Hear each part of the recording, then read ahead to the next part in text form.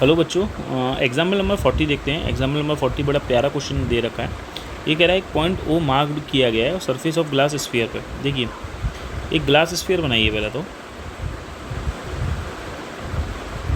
ठीक है। ये हमारा स्फीयर बन गया, ठीक है। इस पर इसके यहाँ पर मान लीजिए इसका सेंटर है, ठीक है। यहाँ पॉइंट ओ मार्क किया गया है, इन्होंने यहाँ पर एक पॉइंट ओ मार्क किया है। कह रहा है ना, point O mark on the surface of the glass sphere of diameter 20 centimetre. इसका डायमीटर जो है ना, ये 20 सेंटीमीटर का है, ठीक है बच्चा।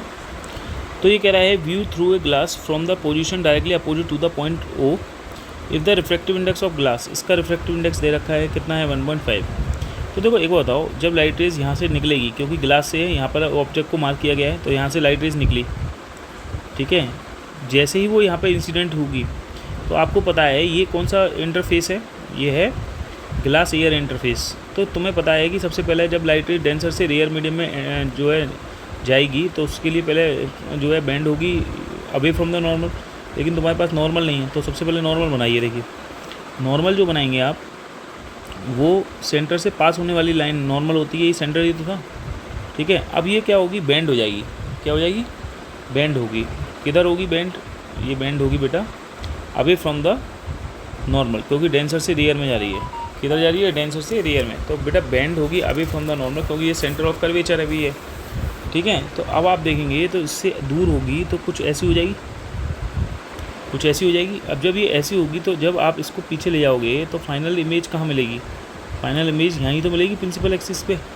तो जिस पॉइंट पर जो है, अगर इसका इंटरसेक्शन जो होगा, जो रिफ्लेक्ट हुई है ये, ठीक है, रिफ्लेक्टेड रे को पीछे ले जाओ, प्रिंसिपल एक्सिस की जिस पॉइंट पे मिलेगी वहीं तो इमेज बनेगी।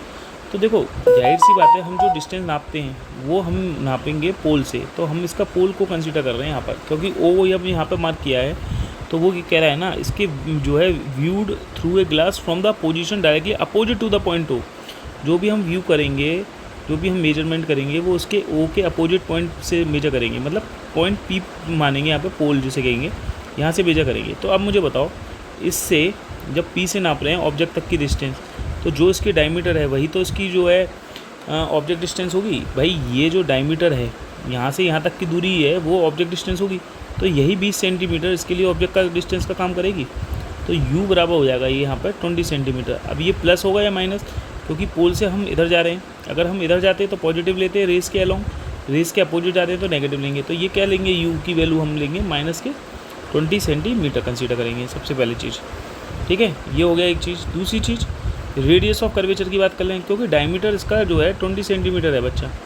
तो इसकी जो रेडियस ऑफ कर्वेचर होने वाली है वो डायमीटर की आधी होती है, और रेडियस ऑफ कर्वेचर डायमीटर की आधी करोगे तो 20/2 करोगे तो कितने हो जाएगी, 10 सेंटीमीटर हो जाएगी। वो भी डिस्टेंस हम रेडियस ऑफ कर्वेचर देखा जाए यहाँ से ही नापेंगे, यही रेडियस ऑफ कर्वेचर होगी, क्योंकि रेडियस ऑफ कर्वेचर पोल से सेंटर की दूरी है, वो इधर जा रहे हैं, नेगेटिव होगी, ये नेगेटिव लेंगे। तो ये जो रेडियस ऑफ कर्वेचर होने वाली है, ये भी माइनस के 10 सेंटीमीटर आप लोगे, ये कह रहा है, ठीक है। अब जो इमेज डिस्टेंस फॉर्म हुई है ना, ये जो इमेज बनेगी बेटा, ये जो इमेज है, ये इमेज डिस्टेंस v, ये कितनी होगी ये बतानी है। तो अब आप मुझे बताओ, शुरुआत में ये तो μ1 हो गया, और ये हो गया हमारे पास μ2। μ2 कितना होगा 1, और μ1 कितना होगा 1.5।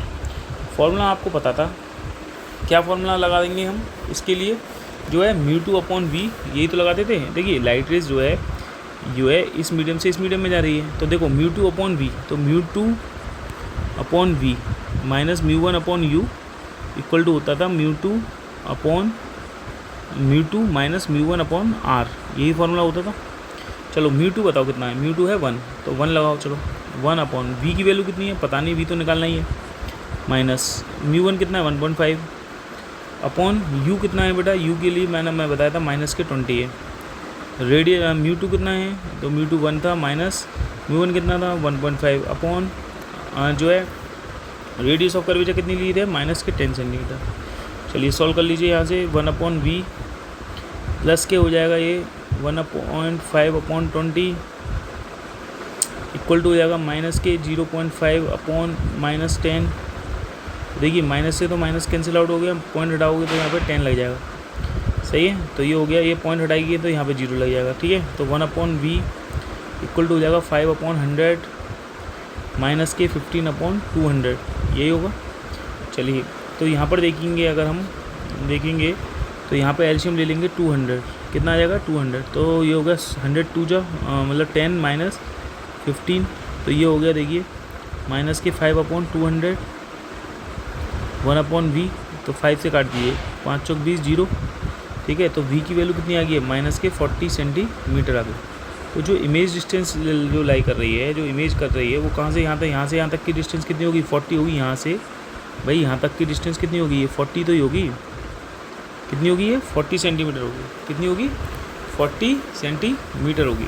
तो नेगेटिव साइन ये शो कर रहा है कि जो है यहाँ हम रेस के अपोजिट डायरेक्शन में जा रहे हैं, तो माइनस ये है। तो आपसे पूछा भी यही था, इसमें यहाँ पे कह रहा है find the position of image, image की पोजीशन कितनी डिस्टेंस पर होगी 40 सेंटीमीटर होगी। कहाँ से होगी ये, फ्रॉम पी से होगी, ठीक है। चलिए ठीक है, थैंक यू, आई होप समझ में आ गया होगा।